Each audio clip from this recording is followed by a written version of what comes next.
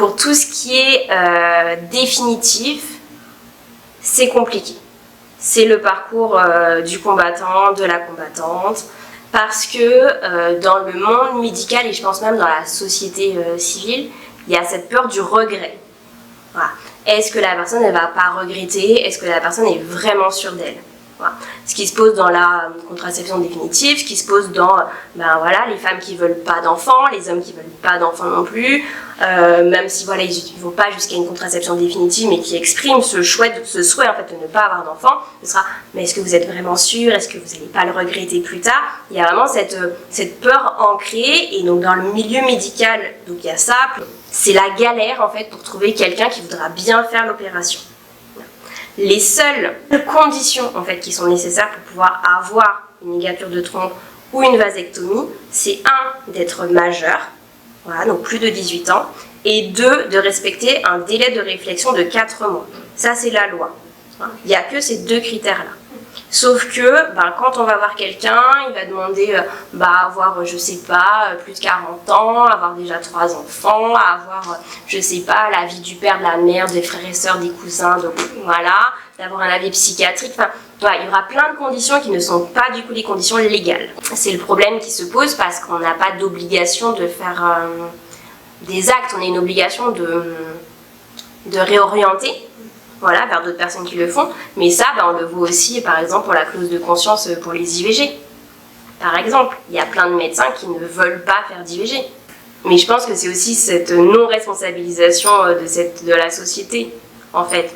À un moment donné, si la personne, elle a envie d'avoir cette action, ce choix, cette décision, en ayant eu toutes les informations données, en respectant du coup la période de réflexion de 4 mois, le regret, c'est pas à nous de l'anticiper pour la personne, et s'il y a un regret, du coup, ce sera à nous de l'entourer et de l'accompagner du mieux qu'on puisse. Mais pour moi, c'est vraiment, oui, cette injonction un peu à la maternité, à la parentalité, et que du coup, si on n'est pas dans ce chemin-là, forcément, ça n'ira pas, on sera forcément malheureux et malheureuse, et du coup, il y aura forcément un regret derrière.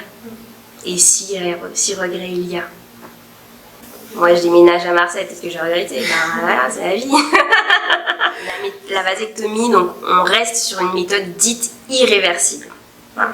Parce qu'il y a effectivement des cas donc, de réversibilité, mais on ne peut pas l'anticiper en fait. On ne peut pas dire à la personne, oui, votre vasectomie sera à 100% sûre qu'on pourra avoir une réversibilité de la méthode. Ça va dépendre de 1, comment la vasectomie elle a été faite, avec quelle méthode elle a été faite, et pendant combien de temps on aura gardé la vasectomie. En gros, c'est de la tuyauterie qu'on va clipper, couper et compagnie. Si on coupe pendant 50 ans, imaginons, je dis une absurdité, pour refaire la continuité, c'est forcément plus compliqué que si on l'a coupé pendant 6 mois. Chez les femmes, c'est impossible, ça reste du coup une méthode donc irréversible, parce que du coup les trompes, en fait, la ligature des trompes, donc c'est la jonction entre donc, les ovaires et l'utérus, les trompes sont très fragiles. Donc c'est pour ça que même une des causes principales par exemple d'infertilité, ce sont les trompes bouchées, notamment via une infection sexuellement transmissible qui s'appelle le chlamydia. Du moment qu'on a une trompe qui est un peu bouchée, un petit peu obstruée, même sans qu'il y ait eu d'intervention chirurgicale dessus, ça peut effectivement être un problème pour la fertilité. Donc si on a coupé les trompes, malheureusement, on ne pourra jamais refaire la même continuité qu'il y avait avant. Et je sais que c'est galère pour tout le monde, parce que c'est quelque chose d'irréversible. Après, l'accès aux soins, l'accès à la gynéco est quand même effectivement extrêmement compliqué pour les femmes, de base. Enfin, pour trouver un gynéco, une gynéco, il faut attendre des mois d'attente en général, il faut trouver quelqu'un de bienveillant, d'empathique, qui va donner la bonne information, qui va bien vouloir vous écouter, qui va bien vouloir donner accès à ce que vous voulez. Donc de base, effectivement, c'est plus compliqué. Mais c'est aussi parce que, pareil, on n'en parle pas beaucoup de la ligature des trompes. En tout cas, on en parle un peu moins, par exemple, que la vasectomie, où on a déjà vu une série où il y a eu un homme qui a déjà eu une vasectomie, où il y a eu d'autres choses, où c'est quand même un peu plus évoqué que de la ligature des trompes. Donc de base, ça aussi, c'est un frein. Si on ne sait pas que ça existe, on ne sait pas qu'on peut y avoir accès, et du coup, on ne va pas faire la démarche de demander cet acte-là. Moi, j'ai plein de femmes qui viennent me voir et qui me disent mais moi je veux plus d'enfants, j'ai déjà tout testé, ça ne fonctionne pas. Et quand je leur dis est-ce que vous avez déjà pensé à la ligature des trompes, elles me disent bah non, qu'est-ce que c'est? Voilà, donc je sais pas si c'est parce que voilà, il y a cette injonction de la maternité qui rend ça plus compliqué, ou en fait est-ce que c'est parce qu'en fait juste la santé des femmes n'est pas forcément évoquée, la contraception, même la contraception classiquement, hein, enfin il y a plein de moyens de contraception, donc il y a plein de gens qui n'en ont jamais entendu parler. Par exemple, l'anneau ou le patch, moi j'ai encore plein de femmes qui me disent non, j'en avais jamais entendu parler. En règle générale, les médecins ou les gynécos, j'ai envie de dire d'avant, en espérant que maintenant ce soit différent. Mais voilà, c'était on va commencer par donc c'est d'abord les préservatifs parce qu'il y a les IST. Après si vous êtes en couple sérieux, du coup c'est la pilule. Et puis une fois que vous avez déjà eu un enfant, c'est un DU, un stérilet au cuivre. Voilà. Après, quid de l'information sur les injections pour les femmes, pour l'implant, pour l'anneau, pour le diaphragme, tout ça, ça passe un peu à l'as. Alors, donc, normalement, on devrait être informé parce que du coup, la loi indique que du coup, tous les enfants, adolescents, devraient avoir donc les séances d'éducation à la sexualité. Voilà, plusieurs fois par an, tous les ans. Voilà, c'est un beau programme, mais qui n'est pas respecté. Voilà, qui n'est pas respecté pour plein de raisons, notamment un manque de moyens. Voilà. Pour du coup pouvoir faire donc, ces séances d'éducation à la sexualité, il faut des gens formés, il faut des emplois du temps compatibles. Donc du coup, on aurait dû avoir accès à ces informations-là.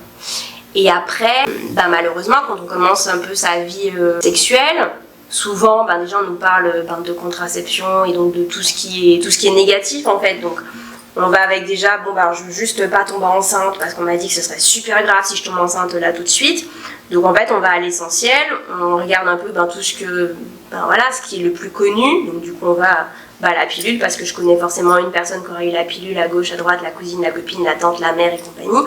Et du coup, le médecin, il va pas forcément, alors déjà penser à exposer tous les autres moyens de contraception, peut-être que lui-même ou elle-même n'est pas forcément au fait de tout ce qui existe. Moi, pour vous donner un exemple, donc moi j'ai commencé par un cursus de médecine générale. Moi j'ai eu de la chance parce que donc assez rapidement pendant mon internat, j'ai eu en tout cas accès à des stages de gynécologie. Voilà.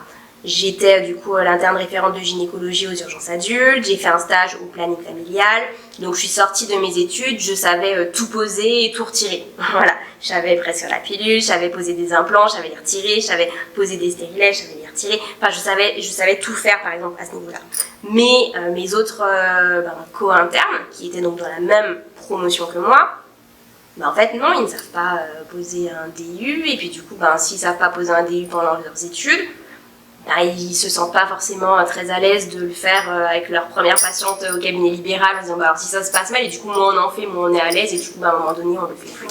Après il y a la spécialité de la gynécologie, sauf qu'en fait la spécialité de gynécologie elle est divisée en deux. Il y a la spécialité de la gynécologie obstétrique qui est donc plutôt versant accouchement, et la gynécologie du coup qui est dite médicale. Sauf que la gynécologie médicale en fait c'est une spécialité qui est de plus en plus amoindrie, c'est-à-dire qu'en fait, quand on passe le concours de médecine, l'internat, donc au bout de la 6e année, jusqu'à mon époque en tout cas, on choisissait du coup une spécialité et en fait il y avait un nombre de postes pour chaque spécialité, voilà, qui est minime vraiment pour la gynécologie médicale. C'est pour ça que par exemple, des gynécologies médico-libéraux, il y en a de moins en moins. Ça c'est plutôt politique, c'est pas une question de moyens.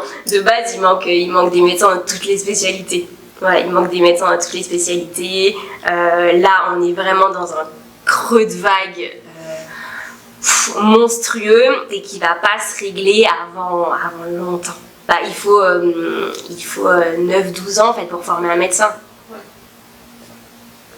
Donc vu je suis même pas encore sûre qu'on soit vraiment dans le creux. Donc ça va pas remonter tout de suite. Donc c'est pour ça que maintenant la gynécologie, même un peu avant, tout ce qui est suivi de gynécologie, donc ça peut être fait donc, par des gynécologues, par des médecins généralistes qui ont fait de la gynécologie et par des sages-femmes qui ne font pas que les suivis de grossesse, qui font aussi donc, les suivis de gynécologie classiques et donc la prescription de contraception. Le fait qu'il y ait très peu de place dans la spécialité gynécologie médicale en France est très révélateur du niveau de considération qu'on accorde à la santé des femmes.